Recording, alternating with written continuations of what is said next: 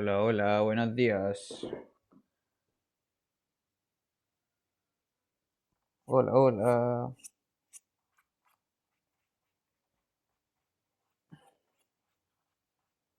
¿Qué tal? ¿Qué tal?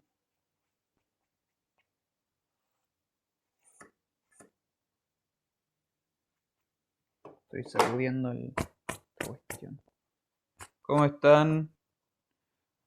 Para una nueva semana, última semana de septiembre. Se acaba septiembre.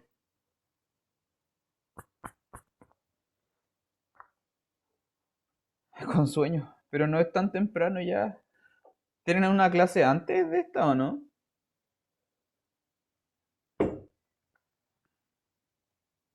Ah, ya. Menos mal porque si no sería como despertando así. Ya. Bueno, gente.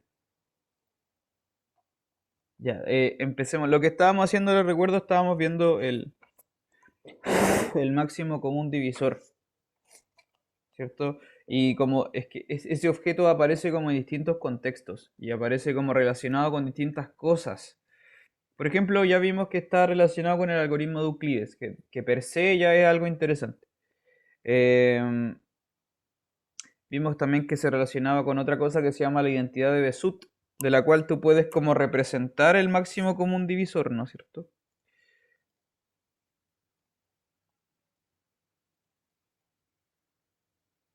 Entonces teníamos, bueno, lo que le decía, resumen, recapitulando, el MCD está relacionado, por lo que hemos visto, con el algoritmo de Euclides y con Besut, ¿ya? Ambos son importantes y de hecho están relacionados, ¿no? Incluso el de Besut se demuestra con el algoritmo de Euclides también.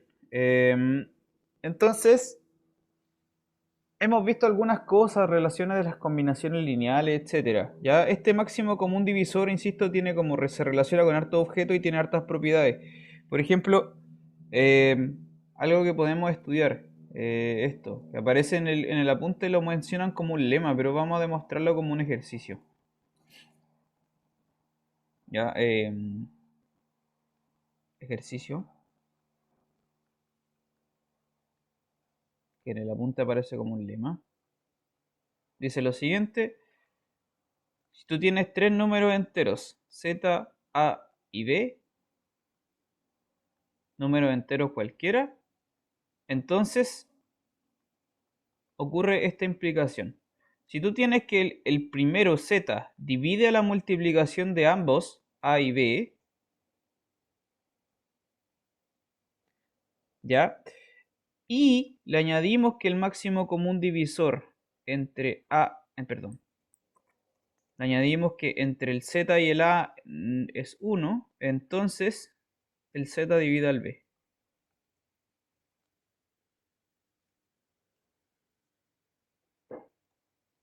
Ya, eso vamos a demostrar ahora. Aquí hay algo importante que tengo que comentarle.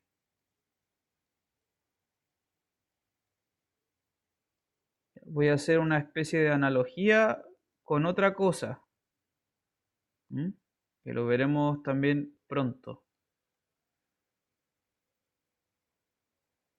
Ya, mire, entonces, repito, tú tienes tres números enteros, A, B y Z, y lo que pasa es que este Z divide la multiplicación de dos números enteros, ¿ya? Eso es un fenómeno que ocurre siempre, o sea, mire, por ejemplo, el número 4 divide a la multiplicación de el 2 con el 6, ¿ya? Efectivamente, porque 2 por 6 es 12, 4 divide. Pero, observe esto, pero si bien el 4 divide la multiplicación de estos dos números, el 4 no divide a ninguno de ellos por separado.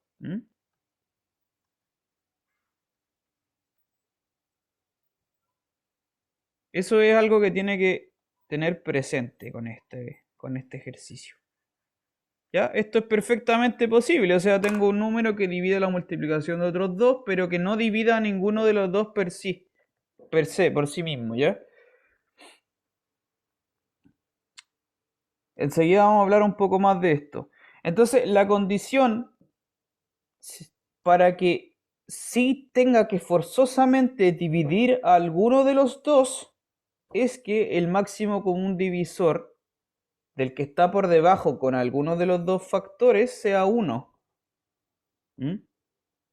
Insisto, que divida una multiplicación no tiene por qué dividir a ninguno de los dos factores en realidad, pero si le añado la condición de que sea coprimo, ¿sí? El z con alguno de los factores, entonces va a tener que dividir al otro. ¿Ya? Recordemos que esta expresión la habíamos definido. Cuando uno habla de que tiene el máximo común divisor 1, esto se llamaban números coprimos o primos relativos, ¿no? Esto también lo conversamos. Ya. Bueno, vamos a hablar un poquito más al respecto después de hacer esta demostración. ¿Cómo se demuestra esto?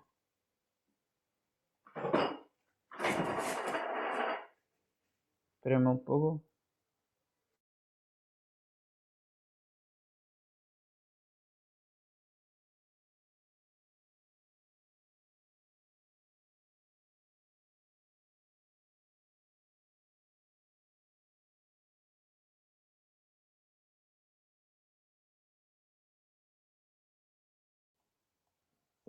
Ya, ahora sí. Veamos la demostración de este hecho y después les sigo conversando un poco de esto de la división de números, de factores. Demostración. Ya, bueno. ¿Cómo se prueba esto? La idea es re sencilla en todo caso, pero no sé si no sé si es fácil de demostrar o no, pero la idea es re simple por lo menos. ¿Por qué? Porque yo la vez anterior también le había comentado que cuando uno habla de números coprimos, ¿cierto? Cuando tienen la coprimalidad es que estos dos números, los cuales se llaman coprimos, no tienen ningún factor en común. ¿Mm? No tienen ningún factor en común. No hay ningún número que divida a ambos a la vez, solamente el uno, ¿cierto? Ningún otro número los divide al mismo tiempo. Por eso es que estos dos números como que no comparten nada en común entre ellos, por eso se llaman coprimos o primos relativos. Entonces, si tengo que un número no tiene nada que ver con este otro, pero divide la multiplicación de estos dos, entonces naturalmente que tiene que dividir al otro. Porque no comparte nada con el primero, pero va a tener que compartir algo con el segundo. ¿Ya? Esa es más o menos la idea. Ahora, ¿cómo se demuestra esto formalmente? Bueno, si z divide a por b, nosotros sabemos por definición, ¿no es cierto? Z divide a por b. ¿Esto significa qué cosa? Por definición, que existe un entero k, ¿no es cierto? Tal que a por b es k por z. Ya. Esa es la primera hipótesis. Listo. ¿Cómo interpreto ahora la segunda hipótesis? Que el máximo común divisor sea 1. ¿Qué implica eso? ¿Mm?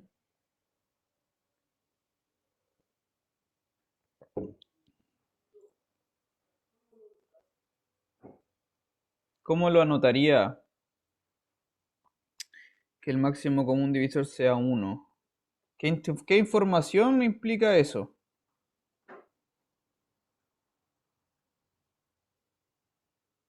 A ver, que no lo divide. Sí, entre ellos sí, está bien. Es más que eso, pero sí, es una cosa. Sí, observe que, claro, eso es correcto, pero no es suficiente, mire. Esto implica, como dice el compañero, para que le pongan atención es que esto igual es cierto, que el z no divide al a, ni tampoco el a divide al z. ¿Mm? Ninguno divide al otro porque no tienen un máximo común divisor, pues no hay un divisor común entre ellos, solo el uno, ¿no? Ni el a divide al z, ni el z divide al a. Ya, pero eso no es suficiente tampoco para el ejercicio. Que el máximo común divisor sea 1. eh, bueno, se puede interpretar de varias formas, ¿no? insisto, como que la definición significa que si tú tienes un divisor común entre A y Z, no puede ser sino el propio 1. ¿Mm? No puede haber un divisor más grande que no sea el propio 1. Ya. Pero esto, en términos del lema de Besut que demostramos y que hablamos la última vez, por Besut, ¿qué significa esto? Recuerda, aquí viene a salvar la identidad de Besut. De nuevo, ¿qué significa Besut? Siempre que tú tienes un máximo común divisor, este se puede escribir como combinación lineal de los dos números originales. Entonces siempre van a existir, siempre pasa esto, un X y un Y, números enteros, siempre, siempre, siempre, tales que hacen la gracia de que el máximo común divisor, que en este caso es 1, se puede escribir como el Z por el número X más el A, que es el otro, por el número Y. ¿Sí? Eso es Besut, justamente. El máximo común divisor se descompone en una combinación lineal de los números originales. Ya, esa información la tenemos asegurada entonces por Besut. ¿Cómo ahora? Tengo estas dos ecuaciones, la que está en azul y la que está en verde. ¿Cómo las combino entre ellas para demostrar lo que quiero hacer?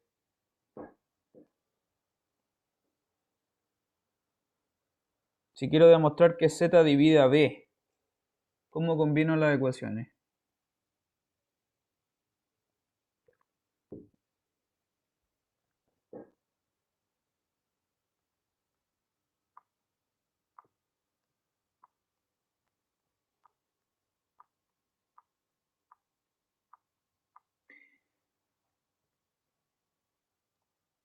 Piénselo para todo el mundo. ¿Qué hay que hacer ahora? ¿Cómo continúo y cómo concluyo la demostración?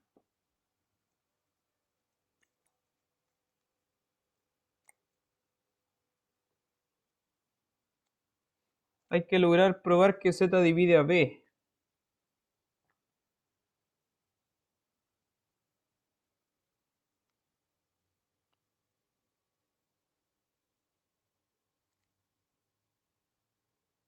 ¿Cómo pruebo que Z divide a B?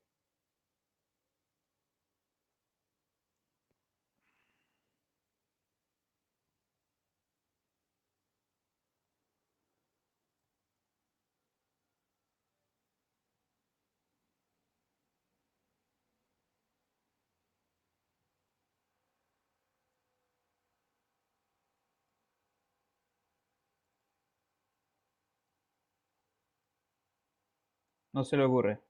¿Alguien tiene alguna idea? ¿Cómo demostramos que Z divide a B? De alguna forma hay que combinar estas dos ecuaciones, ¿no es cierto? La que está en azul y la que está en verde.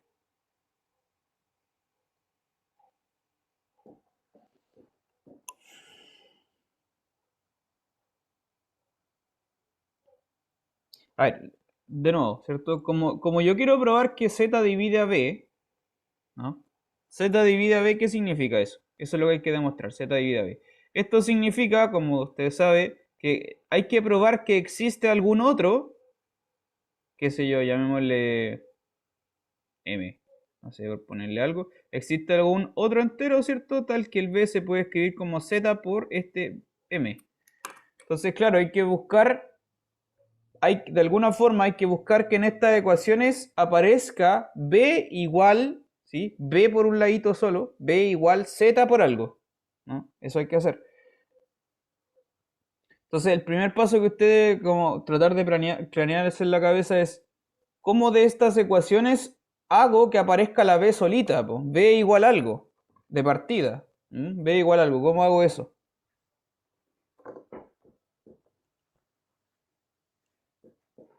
¿Qué podemos hacer para que quede así expresado desde estas ecuaciones azul con verde, que quede B igual algo? Mire, lo que podríamos hacer, por ejemplo, que esto es trampa, podríamos pasar el A dividiendo para allá, por ejemplo, ¿no? Y quedaría algo así.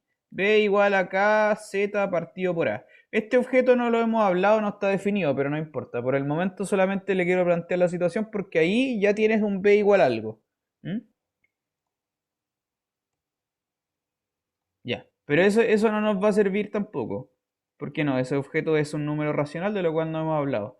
Pero lo que sí podemos hacer, ponga atención a esto, es que en esta ecuación que está en verde tú la puedes multiplicar por b, por ejemplo, ¿no? Si tú haces eso, precisamente te va a quedar al lado izquierdo b igual a algo. Así que por ahí vamos bien. Ese es como el primer paso de armar, ¿no? Porque quiero hacer que sea b igual a z por algo. Ya, pero tenemos b igual a algo, por lo menos. ¿Qué va a pasar aquí? Si tú multiplicas por b, bueno, ¿qué va a aparecer? Va a quedar bzx más bai.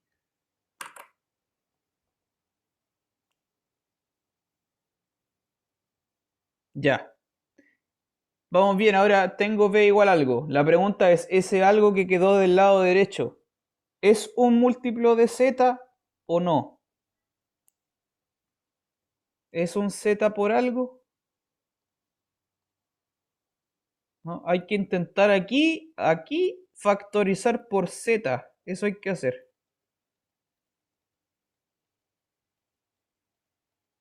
Si tú logras en el lado derecho factorizar esa expresión por z, va a estar listo.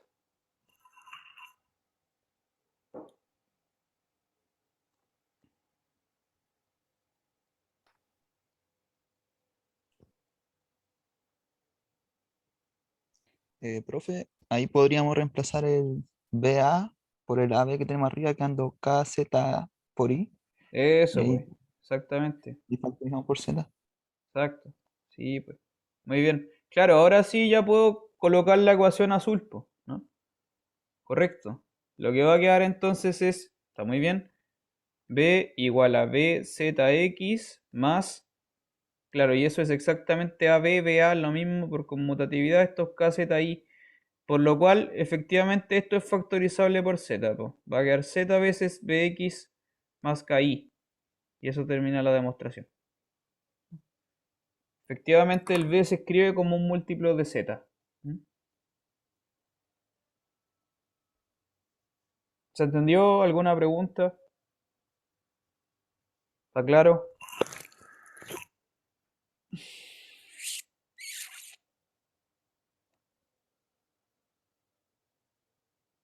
¿Sí? ¿Se entendió?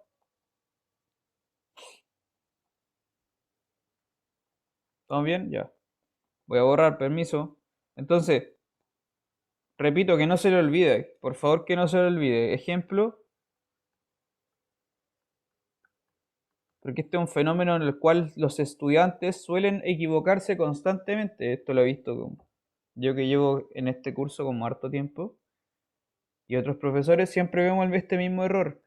Uno dice, esto pasa mucho, insisto. Si tú tienes un número entero que divida la multiplicación de otros dos, entonces tiene que dividir a alguno de ellos. ¿Vale? Si tiene un número entero que divide la multiplicación de otros dos, entonces por lo menos va a tener que dividir alguno de ellos. Eso es falso. ¿Mm? Contraejemplo, el que le acabo de dar. Por ejemplo, que el 4 divide al 2 por 6, pero el 4 no divide al 2, ni tampoco divide al 6.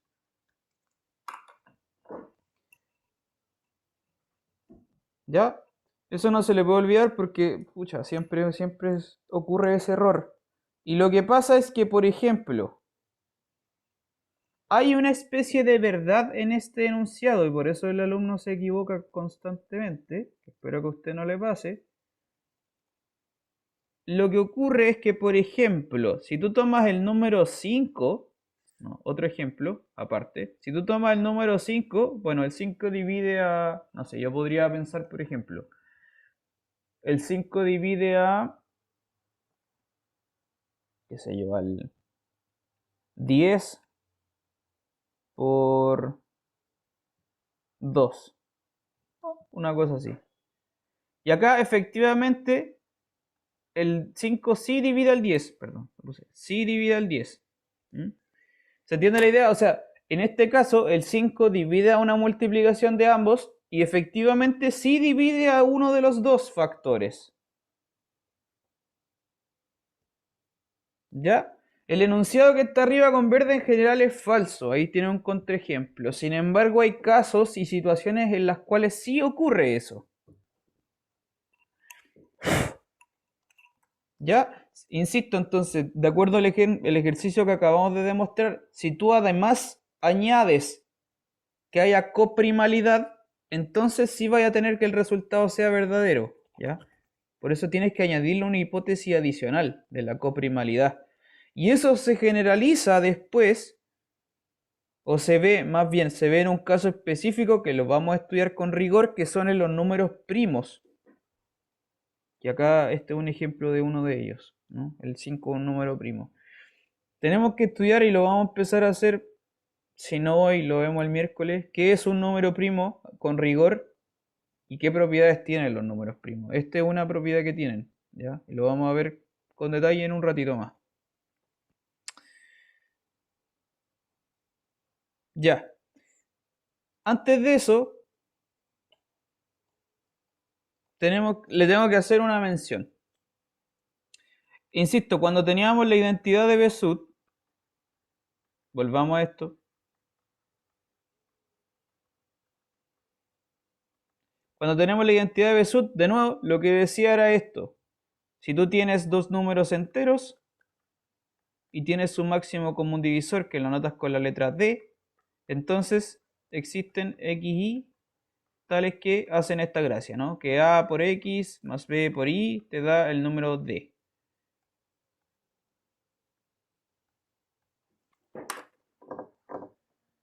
Esa era la identidad de Besut, de nuevo, lo vuelvo a anotar. Y como le había comentado la otra vez, esta cosa de aquí se llama ecuación diofantina lineal de grado 1, ¿no? Es de grado 1 porque las incógnitas tienen grado 1, es lineal. Y es diofantina porque todos son números enteros. Eso per se es una ecuación, ¿no? Si tú borras todo lo anterior, borramos toda la hipótesis y nos quedamos solamente con esto, esto es una ecuación donde las incógnitas son X e Y. Pensando que el A, el B y el D están fijos. Las incógnitas son X y Y. ¿Cómo se resuelven estas ecuaciones? Eso hay que ver ahora. ¿Ya? Eso vamos a hacer a continuación. La ecuación, entonces, esto es lo que tenemos que estudiar un poquito, la ecuación diofantina lineal.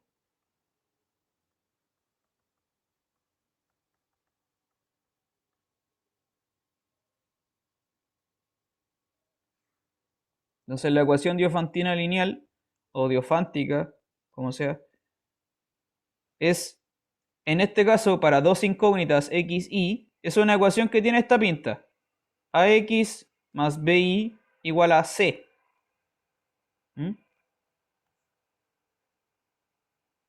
Donde los números a, b y c están fijos y x, y son incógnitas.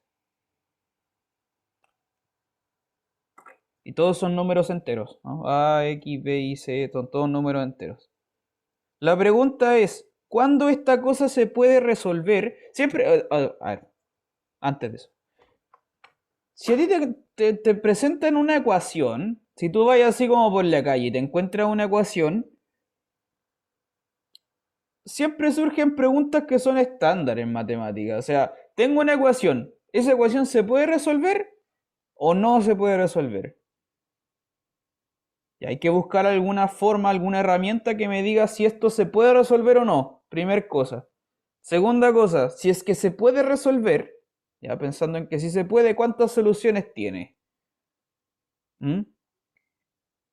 Y después, cuando tú ya sabes cuántas soluciones tiene, la pregunta es ¿cuáles son esas soluciones exactamente? Entonces, siempre son esas tres preguntas. ¿Hay o no hay soluciones? ¿Cuántas son? ¿Y cuáles son? ¿No?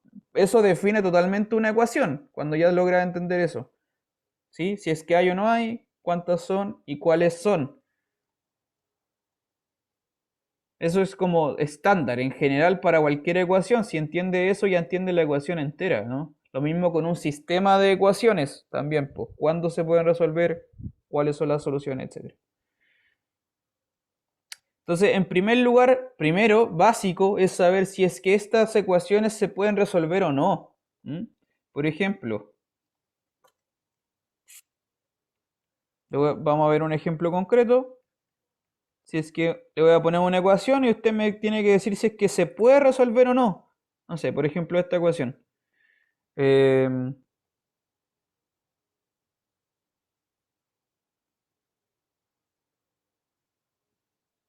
Pongamos esta ecuación. 2x más 6y igual a 5.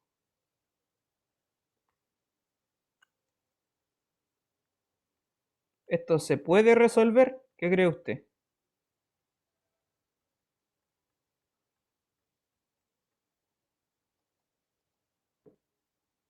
Ya, ¿por qué no? A ver.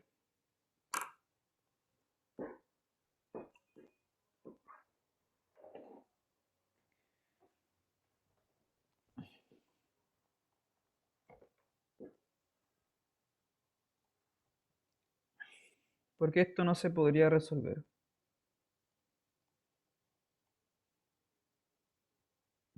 Eso está muy bien, claro.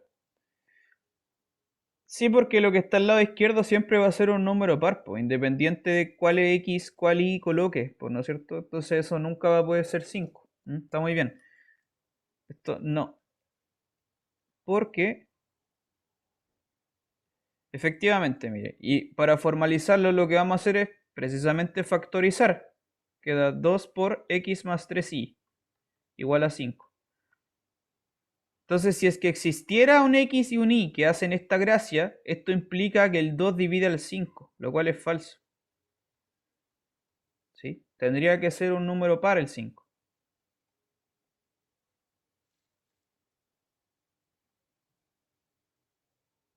¿Ya? Entonces ahí tiene un ejemplo de una ecuación que no se puede resolver.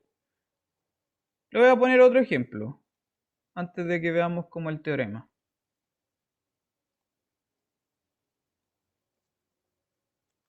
Otro ejemplo más. Si tengo ahora esta misma ecuación, 2x más 6y, pero ahora le coloco igual a 4, por ejemplo. ¿Esto se puede resolver o no? Misma pregunta.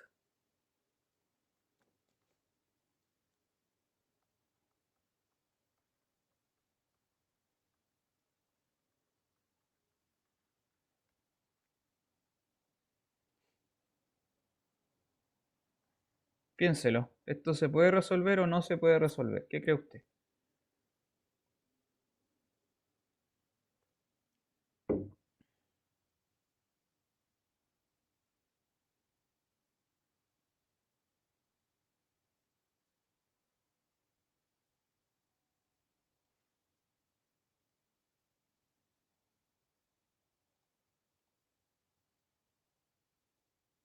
Sí lo divide. ¿Qué cosa sí lo divide?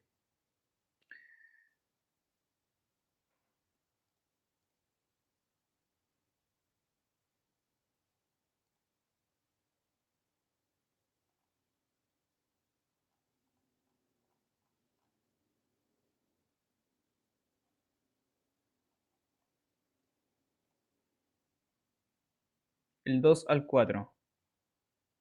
Ya, está bien. ¿Qué implicaciones tiene eso?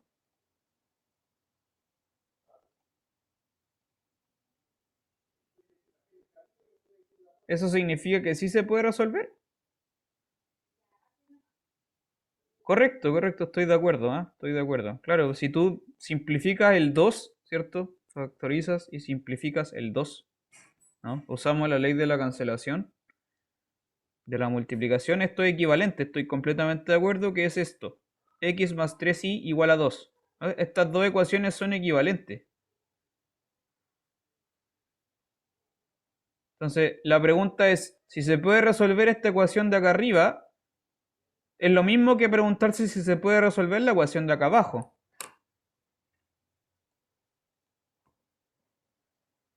¿Será que se puede resolver esa ecuación o no? Voy a ponerlo con otro color.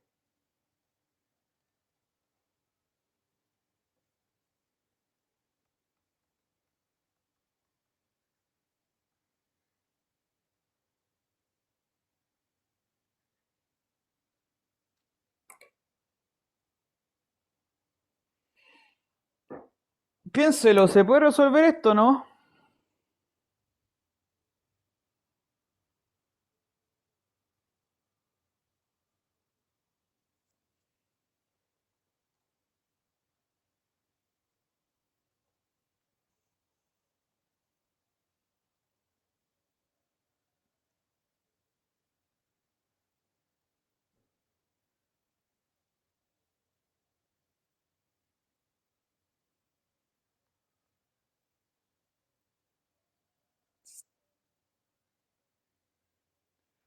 No, no pasa nada.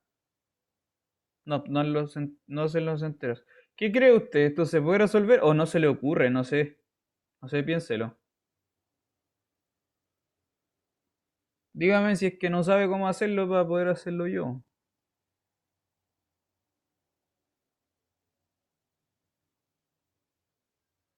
Voy a borrar el otro lado de la pizarra por mientras.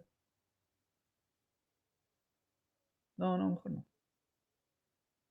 Sí, pues se pueden usar los negativos, pues. De hecho, claro,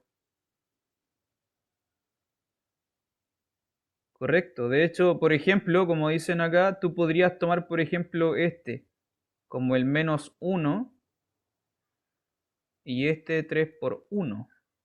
Esto efectivamente funciona. De hecho, ahí ya hay una solución, ¿no? Eso responde inmediatamente que sí se puede. Pero mire, le voy a plantearlo, se lo voy a plantear de otra forma. Y ahí tiene una solución. Vamos a dejar esa entre paréntesis. Ahí ya tiene una solución. Para x igual a -1 y para y igual a 1. Eso ya funciona. Eso es una solución. Ya. Permiso, voy a borrar. Pero quiero mostrarle de nuevo ocupando el lema de Besut. Porque el lema de Besut es importante, súper importante, y sirve para estas ecuaciones. ¿Ya? Volvamos al lema de Besut. Gracias al lema de Besut, de nuevo, tú sabes que el máximo común divisor, ¿cuáles son los números que acompañan a la incógnita en esta ecuación? Tomemos esa ecuación, esta ecuación, x más 3y igual a 2. Esa ecuacioncita que está ahí tiene los siguientes coeficientes: a igual a 1, b igual a 3 y c igual a 2. ¿Cierto? Y la x y la y son la incógnita. A es 1, b es 3, c igual a 2. Ya. Entonces, como estos dos números, que son los coeficientes que acompañan a las incógnitas, son coprimos, estos tienen máximo común divisor 1, por el lema de Besut, de nuevo, tú ya sabes, existen otros dos enteros, llamémosle, qué sé yo, h y k, existen enteros siempre tales que el máximo común divisor, es decir, el 1, lo puedo escribir como el primer número, el a, por la primera cosa h, más el otro número que es b por la otra, por el otro entero k.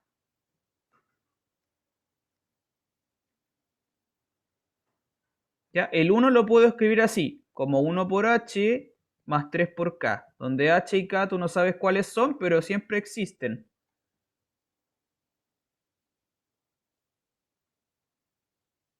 ¿Ok? Ya. Ahora que yo sé esto, ¿cómo puedo desde ahí llegar a esto? ¿Sí? Repito, tengo esta ecuación que yo sé que funciona por Besut. ¿Cómo desde esta ecuación concluyo para la ecuación original que yo andaba buscando? Yo tengo que ser capaz de escribir el 2 como un x más 3 veces algo. ¿Cómo hago eso? Muy sencillo. Tú tomas esta ecuación que acabamos de decir que funciona por Besut y la multiplicas por 2. Si tomas esa ecuación, la multiplicas por 2, va a llegar a esto. 2 es igual a 2 por h más 3 por 2k.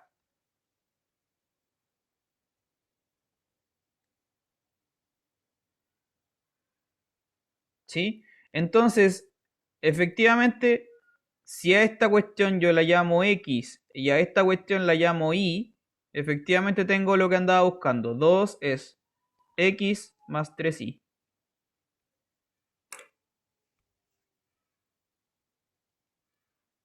Por lo tanto, sí se puede resolver. ¿Se entiende, no?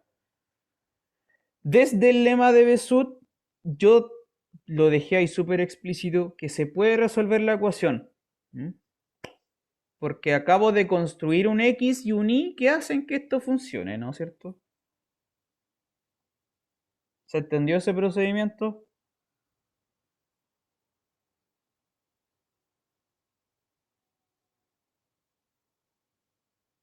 ¿Quedó claro esto del lema de Besut, cómo lo estoy ocupando?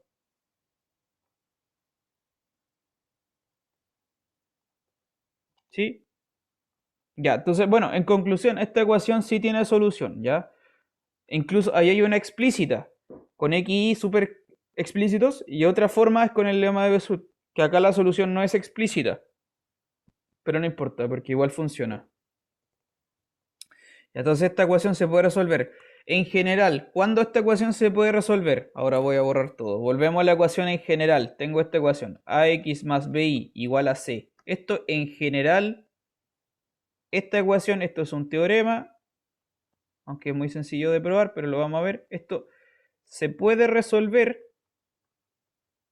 Esta cosa tiene solución. Sí y solo sí.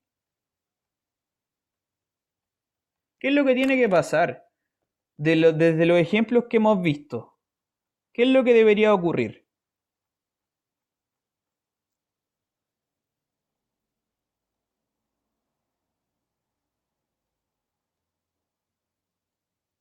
Voy a volver a anotar los ejemplos que borré.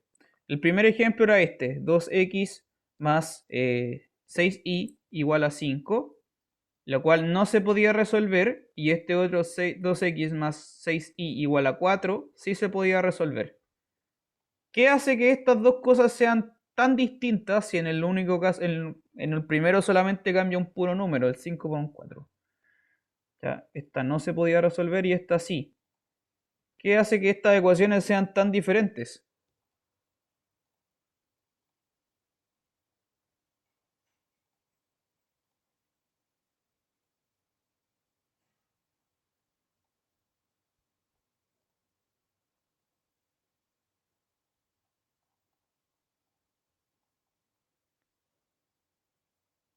¿Cuál será el criterio entonces para resolver una ecuación de este estilo?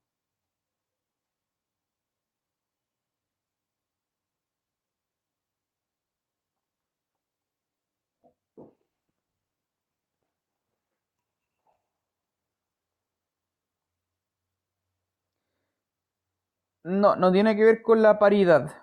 ¿Mm? No tiene que ver con la paridad. Tiene que ver con otra cosa. Veamos otro ejemplo entonces para que entienda lo que está pasando. El profe tendría que ser que el máximo común divisor de A y B tenga que ¿Ya? dividir el lado de la derecha, ¿o no? Ya, El C. ya, perfecto. Espérame un poquito. Tendría Que que cumplir otro punto también. No, no, espérame. Es que igual le quiero mostrar un ejemplo porque no sé si lo están viendo los demás. Voy a cambiarle los números, ¿ya? En vez de 2x más 6y, voy a colocar otra cosa. Em, Vamos a colocar otro par de números. 10x más... ¿Qué puede ser? No, no me gustó el número. 12x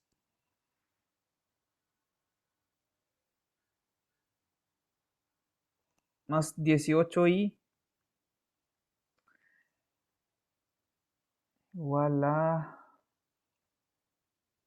9.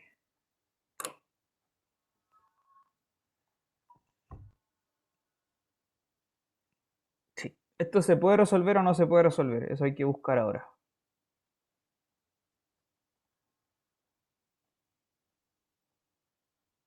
No, espérame, permiso. Incluso voy a cambiar el número, voy a poner 10. Y ahora sí, me quedo con esa ecuación. Vale, lo que pasa con esta ecuación, en este ejemplo, créame o no créame, esta ecuación tampoco se puede resolver. ¿Por qué no se puede resolver?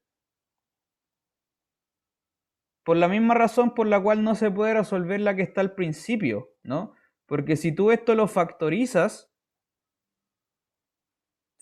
no sé, del lado izquierdo lo puedes factorizar por 6, por ejemplo, y del lado derecho no lo puedes factorizar por 6.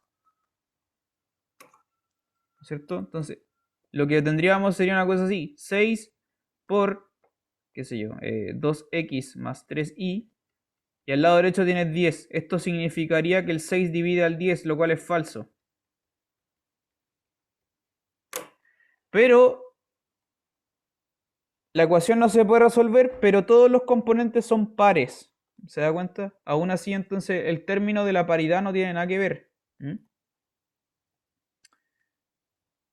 Ya. Entonces, esta ecuación que está acá tampoco se puede resolver. Y el criterio, entonces, lo que tiene, lo importante de la cuestión, no es que sea par o impar, sino es lo que dice el compañero. Es porque si es que yo logro factorizar la cosa, ese objeto que factorizo tiene que poder dividir al de que está al lado derecho. ¿Sí? Yo tengo que tomar mi ecuación, ¿cierto? Este ax más bi, poder factorizarlo, y el factor común tiene que poder dividir al que está del otro lado. Porque si eso no pasa, no hay solución, como está pasando acá, ¿no? Ese 6 no divide al 10. Entonces, póngale atención a eso. Estoy tomando este factor ax más bi y estoy factorizándolo. Ese proceso de factorizar, es decir, ¿qué estoy haciendo? Sacándole un factor común. Idealmente uno saca el máximo para que lo que queden sean coprimos, ¿sí? Entonces, cuando tú extraes ese factor común, idealmente saca el máximo, es decir, estáis sacándole el máximo común divisor entre el A y el B. ¿Ya? Ese es el teorema, tal como dice su compañero. Entonces, una ecuación diofantina de este estilo se puede resolver sí y solo si el máximo común divisor entre A y B tiene que ser tal que divide al otro lado, al C.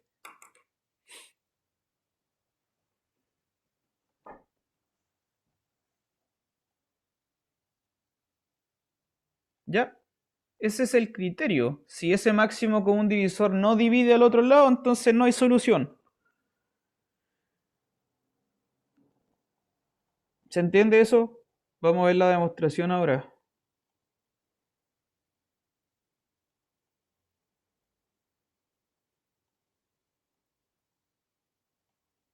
¿Tiene alguna pregunta? ¿Se entendió?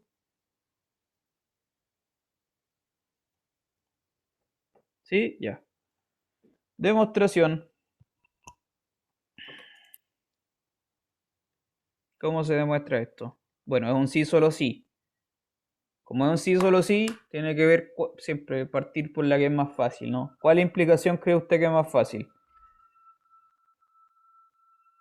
Hay que demostrar que si la ecuación se puede resolver, entonces el máximo común divisor divide al C. Y viceversa, si es que el máximo común divisor divide, entonces hay solución. ¿Cuál cree usted que es más fácil?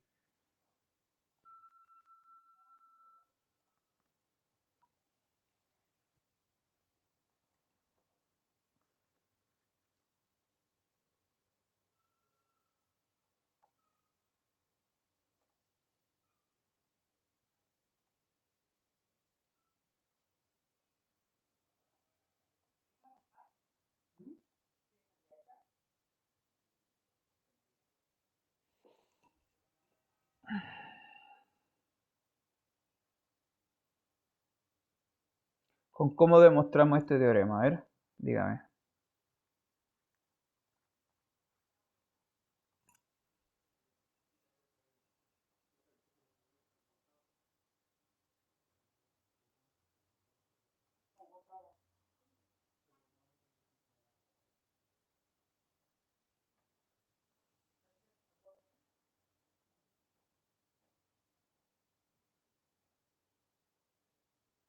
¿No pasa nada? Ya. Bueno, veamos entonces, demostración. De izquierda a derecha o derecha a izquierda. Veamos cuál es más fácil. Ya, la primera es, si es que se puede resolver, entonces el máximo común divisor divide. Y la otra al revés.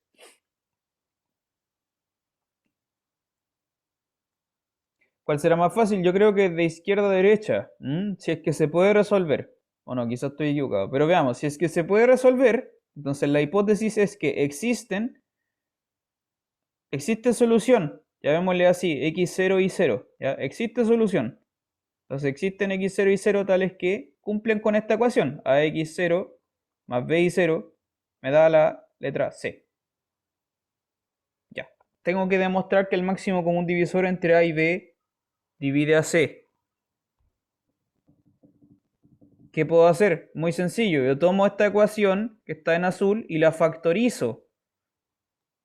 ¿Sí?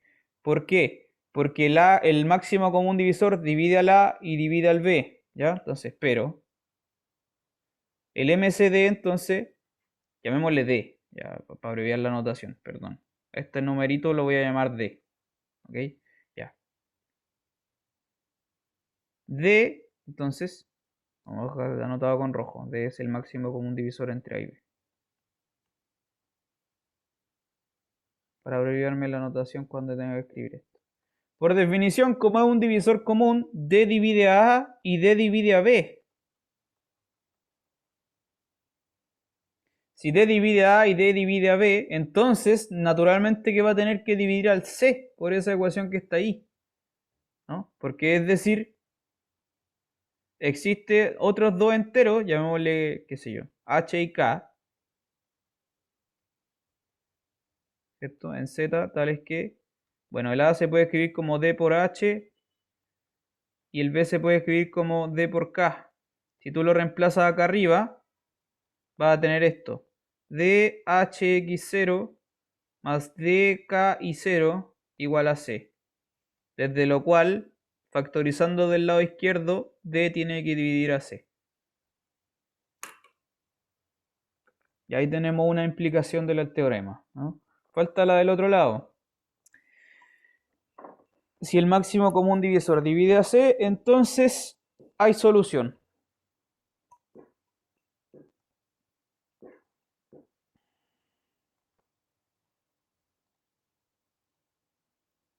Ya, voy a achicar un poco la pizarra.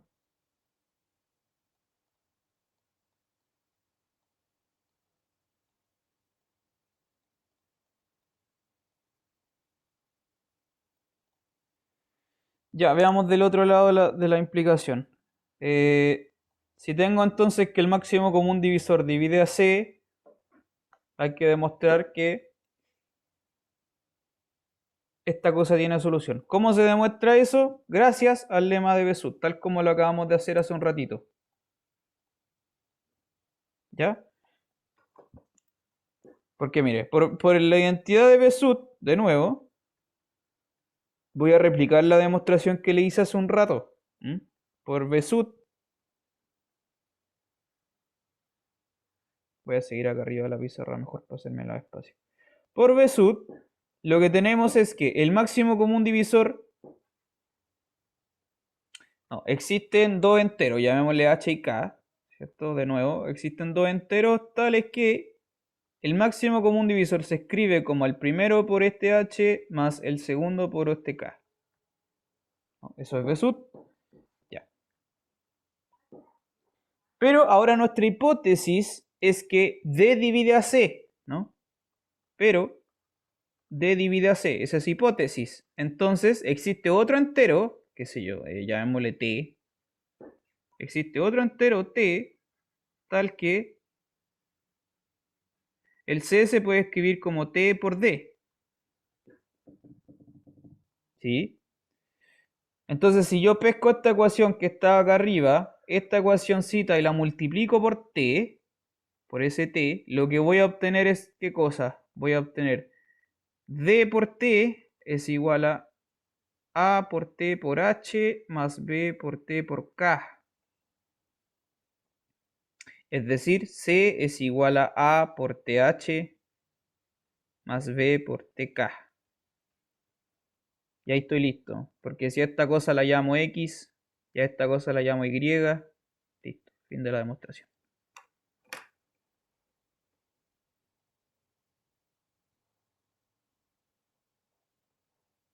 ¿Se entendió?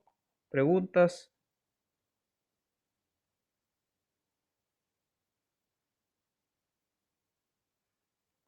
¿Consultas, dudas? ¿Está claro?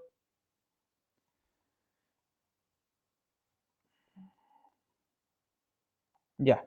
Entonces, en este caso, esta es una aplicación del lema de Besut, ¿ya? Para que lo entienda, es una aplicación, sale desde ahí, ¿no?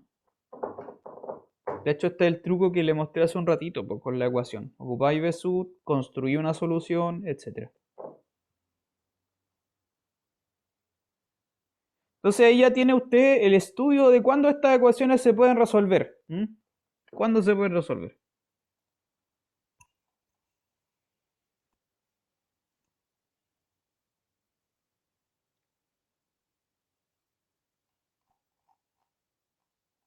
Ya, le voy a colocar entonces un ejercicio para que lo vea usted y de ahí continuamos con lo último que le quiero comentar de la clase.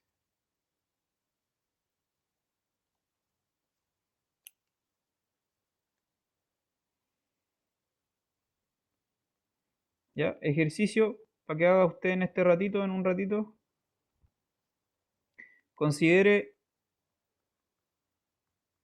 la ecuación diofantina. Esta, 14x más 21y igual a, perdón, es más 12y igual a 21.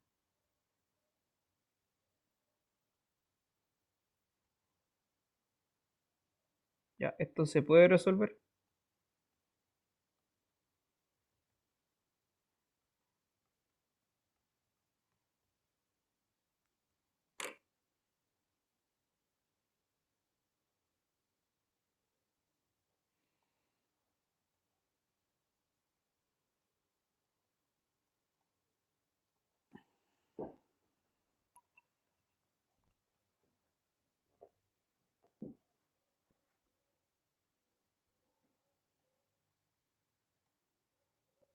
No, no se puede, ¿no es cierto?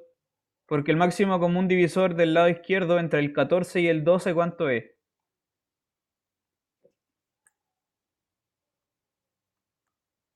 El máximo común divisor entre 14 y 12, ¿cuánto es?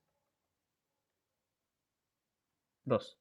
Correcto. Y el 2 no divide al 21, así que no se puede. Muy bien. Ya, voy a cambiarle el número. En vez de colocarle 21 del lado derecho, le voy a poner 24. Misma pregunta, ¿se puede resolver o no?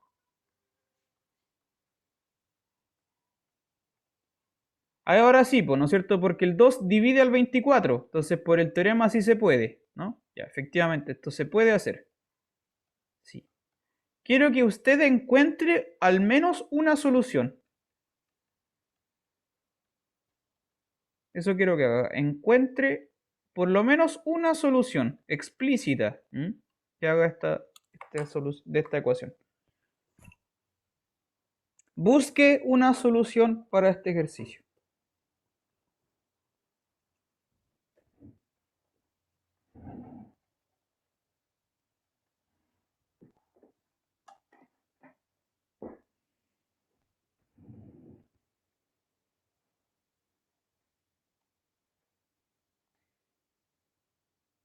Cero y 2, ¿sí? ¿Está bien? Me parece muy bien. 0 y 2. Esa es una, muy bien.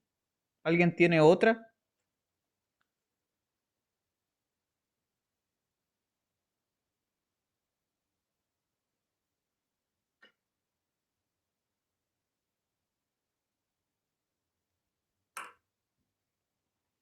¿Alguna otra que pueda haber?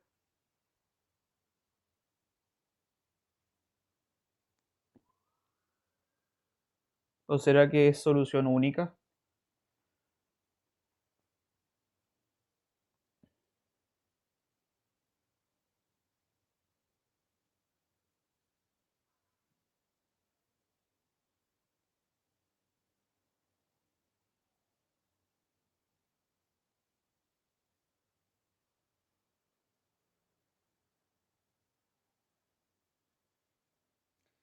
¿Qué cree usted? ¿Estas ecuaciones tienen solución única o tienen más de una solución posible?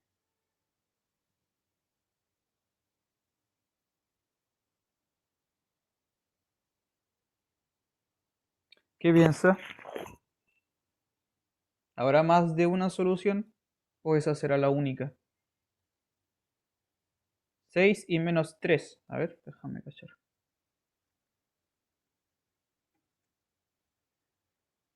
14 por 6. 12 por 3.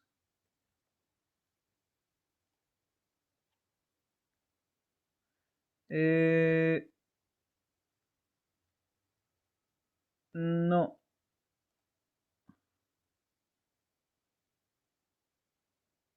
No, eso da 48. No da Ah, es que 24. lo dividí todo y lo estaba haciendo como 7 y 6 Ah, igual ya. 12. Entonces tendrías que tomar esos números y multiplicarlos por 2. A ver. Claro, el doble sería El como 12 y 12 el y 6. 6. Ah, no, tampoco funciona. Está 96 eso.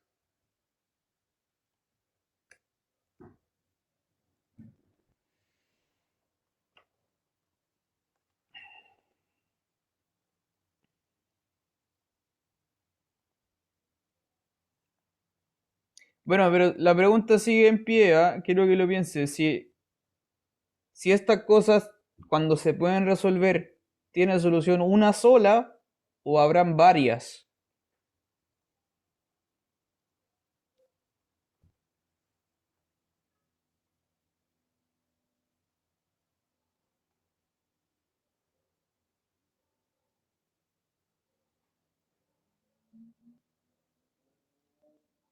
¿Qué será? ¿Qué será?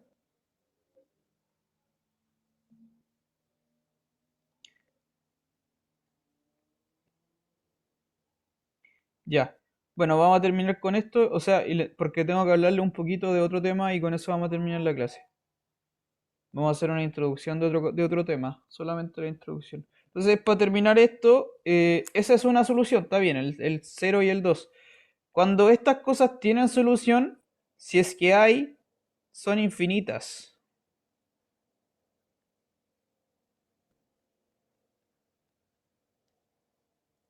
¿Ya? Cuando hay solución en estas ecuaciones, no solamente hay una, hay infinitas.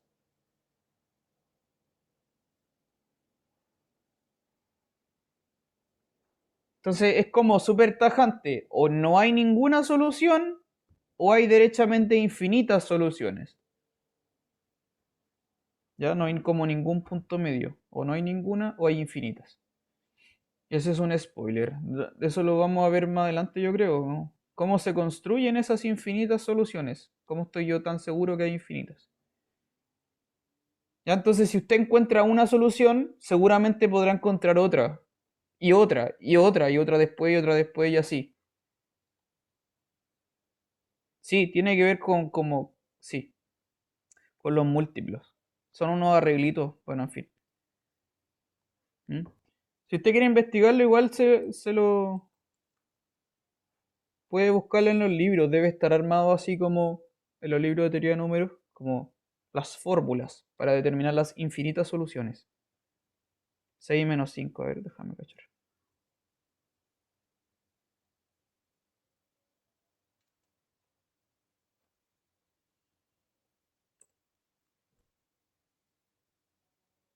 No, 6 menos 5 tampoco funciona. Porque eso te da 2, no 24.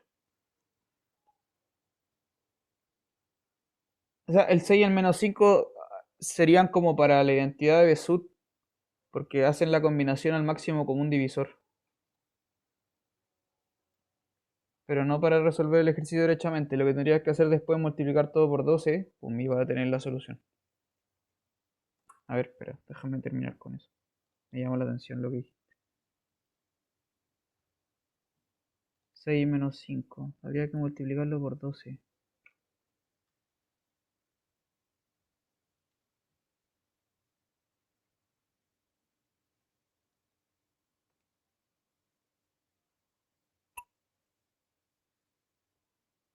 Ah, yo lo puse al revés.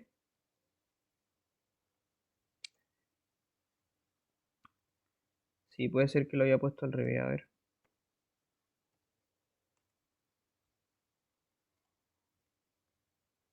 Ah, sí, tiene razón. Sí, sí, sí funciona. Ahí tiene otra solución. 6 y menos 5 también.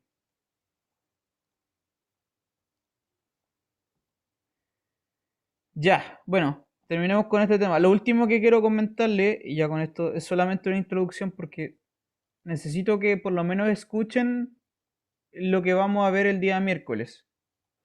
Ya. No lo vamos a hacer ahora, pero por lo menos tiene que saber como qué es lo que vamos a hacer, porque este es un teorema re importante. Se llama, esto es lo que tenemos que estudiar ahora, se llama el teorema fundamental de la aritmética.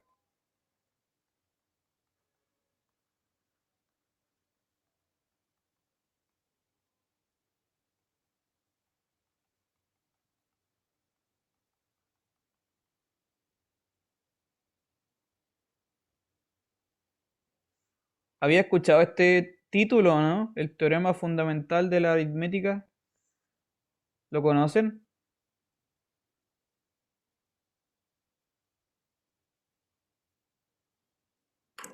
¿O nadie no lo había escuchado nunca?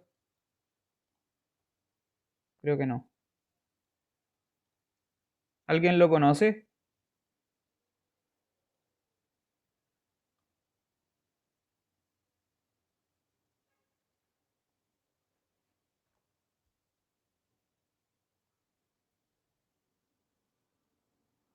¿No? ¿No lo conoce? Ya. Se lo presento. Bueno, insisto, lo vamos a estudiar el miércoles, pero tengo que darle una pequeña introducción. Porque este es el teorema, como dice el título, es el fundamental, que lo vamos a ver con detalle. No sé si usted está al tanto, pero como que en matemáticas, en la mayoría de las ramas que hay, siempre hay al menos un teorema fundamental, o a veces son más de uno, como que tiene varias variantes. Y se llaman teoremas fundamentales porque de verdad son como la piedra angular para todo lo demás. Es como que está demasiado de base y como que da origen a la teoría. ¿Ya? Está el teorema fundamental del cálculo, que espero que se lo sepa, porque es fundamental. Está el teorema fundamental del álgebra. Está el teorema fundamental del álgebra lineal. Está el teorema fundamental de la aritmética. Y hay otros teoremas fundamentales de distintas áreas. Ya de los módulos libres, de los grupos libres. Y se llaman así, insisto, son fundamentales porque son como la base de toda la teoría. Es una cosa realmente importante. ¿Ya? El teorema fundamental de la aritmética lo que dice es que si tú tienes un número cualquiera, lo que sea, cualquiera, sea C un número n entero cualquiera, entonces siempre, siempre, siempre, siempre, cualquier número el que se te ocurra poner se puede escribir como una factorización y una multiplicación de números primos. Ya lo voy a anotar así en realidad.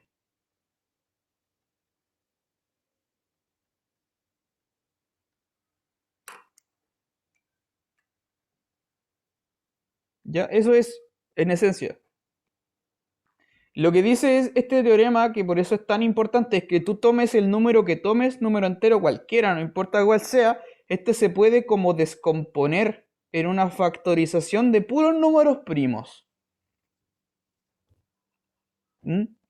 De modo que es como que es la misma idea que ocurre como en física cuando tú tienes así como las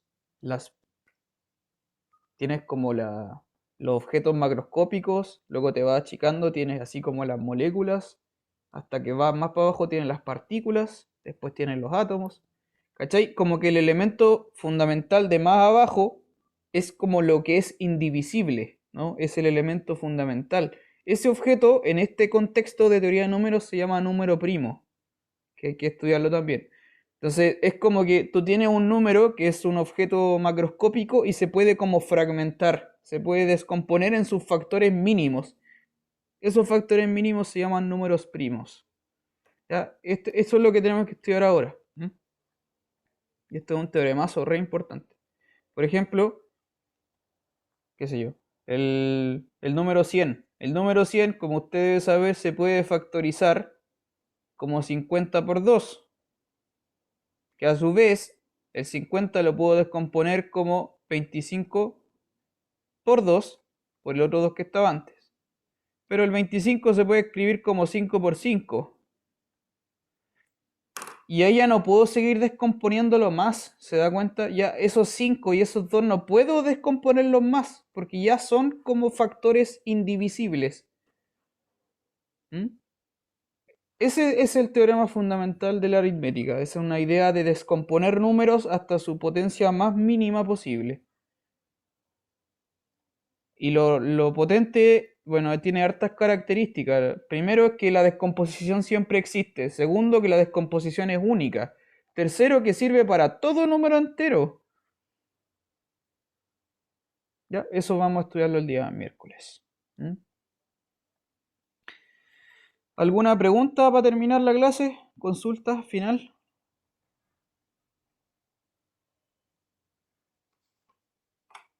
¿Dudas?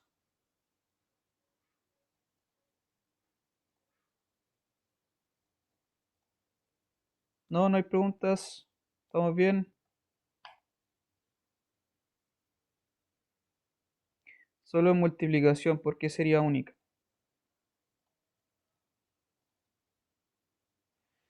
O sea, lo que quiere decir la unicidad es que estos objetos que aparecen acá al descomponer los números, no hay otra descomposición, ¿cachai? Lo único que puede cambiar sería como el orden en los cual yo escribo los factores. ¿No? Podría escribirlo como así, 2 por 5, 2 por 5. O 5, 5, 2, 2. O 5, 2, 5, 2. No importa. Ese orden da lo mismo, ¿no? Porque en multiplicación es conmutativo, no importa.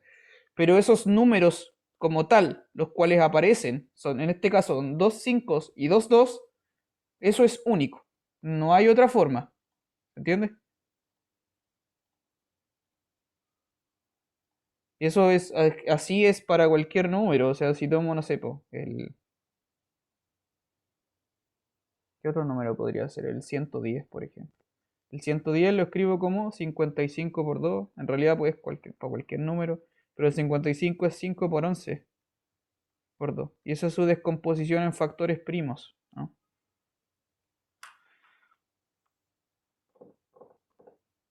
Como que son esos primos y no son otros, ¿no? Y aparecen así como de esa forma única. ¿Mm?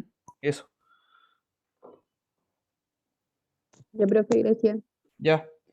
Ya, pues, eso. El miércoles seguimos. Mañana el profesor Luis como que va a hacer como una pequeña actividad por si usted quiere asistir. Me parece que era como a la... No me acuerdo a qué hora. A las 10 parece. No, creo que era a las 11. A ver, espérame.